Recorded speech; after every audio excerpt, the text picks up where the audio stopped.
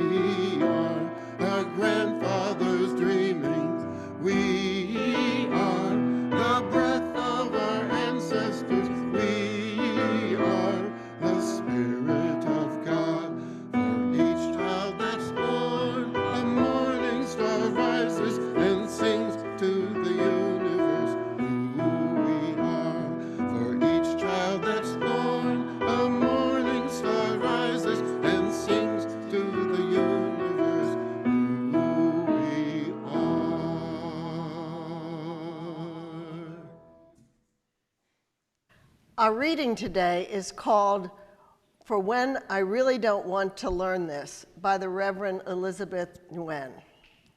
Spirit, I would really rather not learn this. Didn't think I needed to. I thought someone else could do it, thought a leader was coming to do it, thought the young could do it, or the elders could do it, or the professionals. Or I don't want to learn it because it means letting go of something I hold dear. Letting go of being someone who knows the answers. Letting go of being someone who doesn't know. Letting go of the way I see the world. Letting go of how I might have to change. Letting go of certainty, of logic, of facts, of control. Of the myth that you can live on this earth and not harm. Or the myth that I can't learn anything new. Help me to learn it, please. And then help me to live what I have learned and do right by the gift of being taught.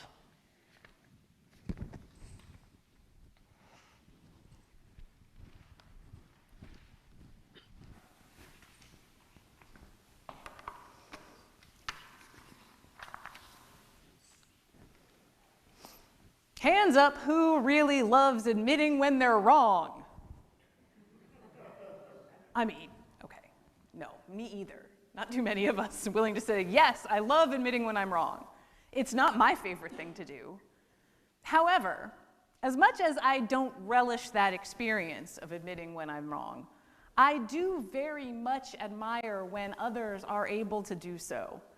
And when I am able to model that kind of behavior, when I am able to own the thing that I have been mistaken about, and when I am able to feel not shame, but curiosity about how I might learn and do better next time, Well, it can be really awkward and hard, but when I admit I'm wrong, I usually feel better afterward. And that's the main reason that I picked our reading this morning, Reverend Elizabeth Nguyen's, for When I Really Don't Want to Learn This. Thank you, Molly, for that beautiful rendition of it. I want to draw our attention for a moment to these lines in particular. Or I don't want to learn it because it means letting go of something I hold dear. Letting go of being someone who knows the answers. Letting go of being someone who doesn't know.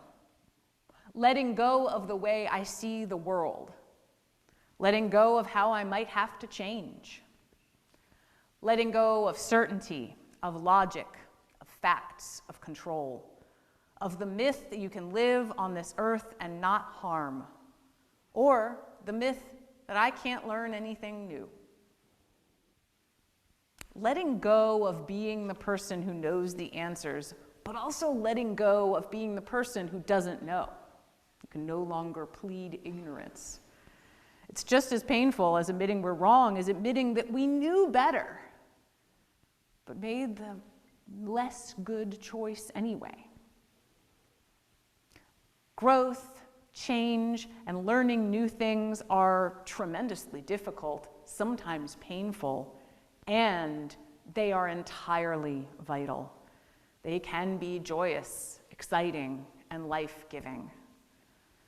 All this about what we know and what we don't know, and all the strange and mysterious lands that lie in between, is a lens I want to bring to bear today on our faith tradition, Unitarian Universalism. Each week, when we light our chalice, we call it the symbol of our living tradition. What does that mean, a living tradition? It means that ours is a faith tradition that is ideally, in an ideal world, right, willing to learn, to grow, and to change, to engage in those life-giving and, yes, sometimes painful practices. Traditions need to be able to change to survive. That may seem to run a little counter to the idea of tradition as being handed down from generation to generation, but if the tradition didn't stay relevant and life-giving for those participating in each subsequent generation, it would quickly be forgotten. Already today, we have honored two of our wisdom sources of Unitarian Universalism, Judaism and earth-centered traditions. Although these faith traditions have endured for centuries, they have also changed time and time again. Questioning the wisdom that already exists is a key spiritual practice within Judaism. It is of vital importance for faithful Jews to return to the Torah with new information about Jewish life and to see how the ancient wisdom may be brought to bear on the 21st century reality. There are so many varied and changing earth-centered traditions shifting culturally and geographically throughout the world, and many do not have a single set of written text or a scripture. The earth herself, itself, themselves, however you choose to personify earth, is the text. And by listening to the wisdom of the earth, we must also, by definition, take into account the earth as a living, changing system or being in its own right. So there's a comfort found within tradition inside these varying faith communities, and there is also an acknowledgement of the value of growth, change, and new learning. So if Unitarian Universalism is a living tradition, open to sometimes painful, sometimes beautiful, often both, change and learning and growth, does that mean we don't have sacred traditions? Of course not. If you visit almost any UU congregation in the United States or elsewhere in the world, a chalice will be lit near the start of worship and extinguished near the end. Now, what's contained between those bookends may vary wildly by community, but that wild variation to me is part of the beauty of the co-creation of Unitarian Universalism. Co-creation invites us into considering our own faith communities and the practices within those communities. And it invites us to get curious about the things that may need to change as a result of all this learning that we're doing. And sometimes that means looking at things we ourselves are quite comfortable with. A few years ago, I had an experience that illustrated this for me very well. Before I began seminary and in the first few years of my study, I served as the youth director in my home congregation. And that congregation had a tradition of taking our coming-of-age class to Boston each year for a pilgrimage trip. Each year, a group of youth and adults would travel north to the city and do a deep dive on Unitarian Universalist and Unitarian Universalist history. We always made sure that we also visited the current headquarters of the Unitarian Universalist Association, in addition to all of those historical landmarks, so that the group could gain a sense of that through line of tradition from the past up to the present, and of course, the future represented by all of us there moving into the future. One year, our tour of the UUA headquarters took us level by level up from the lobby, and our tour guide that year gave a lot of particular attention when we got to the chapel, where the UUA staff and visitors would gather for worship and sometimes other large gatherings and meetings. The guide took great pride in pointing out many design choices, large and small, that revolved around the theme of the number 7, to honor our 7 principles. There were 7 large angled acoustic tiles making up the most striking feature of the ceiling. There were 7 circles cut out of the metalwork columns that broke up the front of the chancel space. There were 7 beautifully crafted lights framing the front of the space. We took appreciative notice and pictures, and then we moved on with our tour. That Sunday, our group attended worship at Arlington Street Church, the southwest corner of Boston Common. We settled into 2 pews, youth in front, adult chaperones behind them.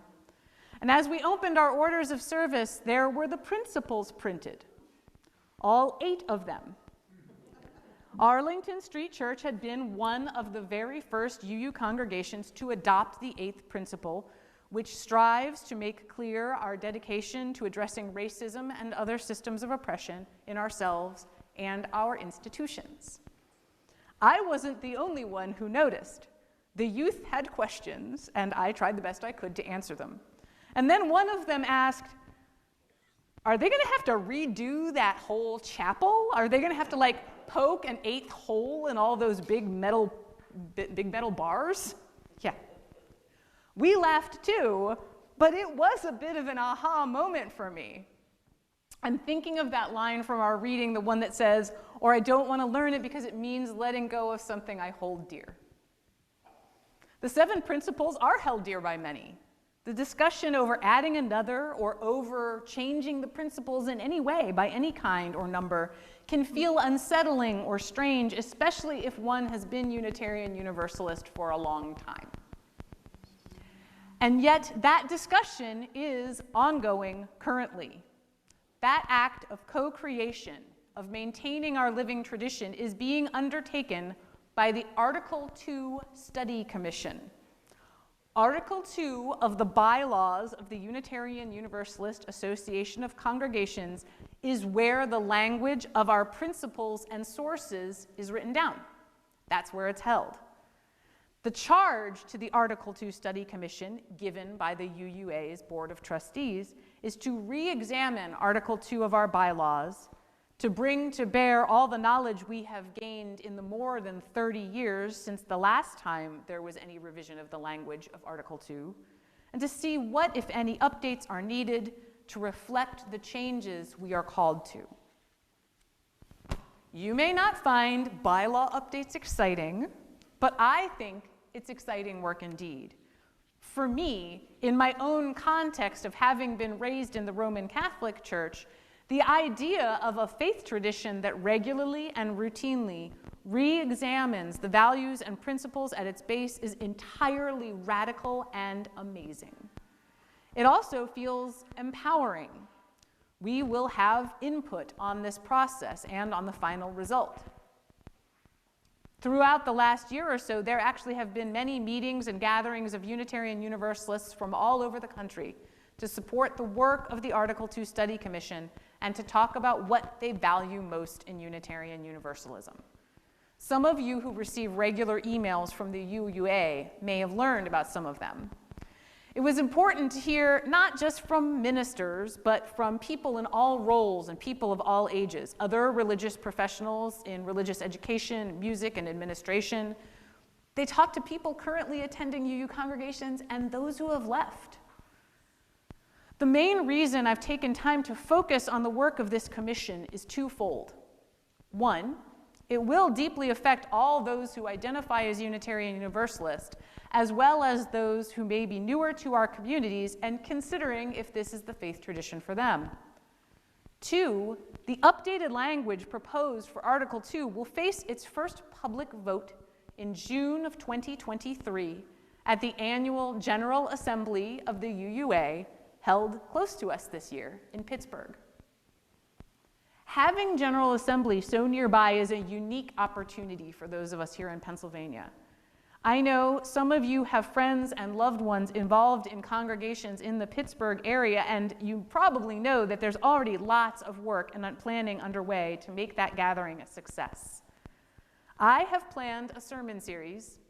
This is part 1, by the way, so that we can revisit Article 2 and the sacred act of growing and changing our living tradition throughout this year, leading up to General Assembly 2023. I hope this series will invite you into a deeper curiosity about the Unitarian Universalist faith, whether you have been UU for your entire life, just a little while, or anywhere in between. And if you're very new to the faith tradition or aren't even sure if you want to join or commit, I hope this will make you really interested in learning more. It's a great time to be a part of Unitarian Universalism. I need to let you know that the Article 2 Study Commission is hosting listening sessions this week if you are interested in hearing the first draft of their proposed changes. This has been ongoing for a couple of years. I did post the link in our community Facebook group, and I'll make sure it's in the Tuesday email. There is one session per day from today through Thursday of this week, so basically the rest of the month, except for Friday. You do need to register to attend a session, and that link, which again, you can always email me. If you really want to attend today's, you're not on Facebook, you're not sure what I'm talking about, please feel free to email revjen, R-E-V-J-E-N, @uucy.org, and I'll send you the link so you can choose a time to register. And if this week doesn't work for you, after the September listening sessions, the commission is going to do another round of revisions, and there will be more opportunities to be part of listening and feedback sessions in October and November, and we'll make those dates and registration links available to you when we have them. But even if you are not interested in bylaws, revisions, or the inner workings of the Article 2 Study Commission, I hope that our periodic visits to this work throughout the year invite you into a deeper consideration of what it means to be a part both of this faith community here at UUCY and of Unitarian Universalism more broadly. It's all part of letting go of the myth that any of us can't learn anything new. We can learn, we can grow, we can change. It is vital that we do so. Thank you for joining me on this journey.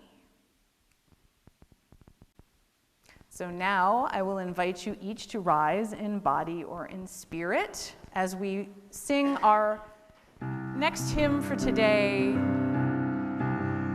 We are going, heaven knows where we are going, but we know within, and we will get there. Heaven knows how we will get there, but we know we will. It will be hard, we know, and the road will be muddy and rough, but we'll get there. Heaven knows how we will get there, but we know we will.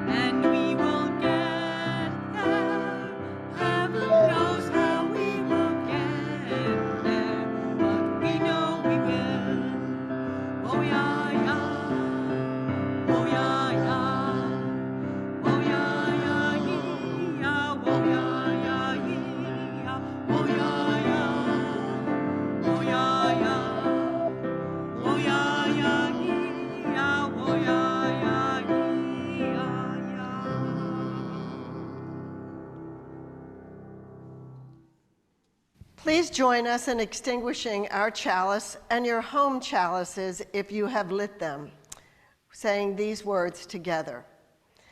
We extinguish this flame, but not the light of truth, the warmth of community, or the fire of commitment. These we carry in our hearts until we are together again. You carry the warmth and light of community with you into this week as we continue in the season of change. Know that as holy days pile up in various of our wisdom traditions, that for anyone that you meet, it may be a holy day for them. It may be a special day, a day of celebration, or a day of great pain. Go with gentleness into this world which so often seeks to remove it from us. Our worship has ended. Our service in the world begins. So may it be.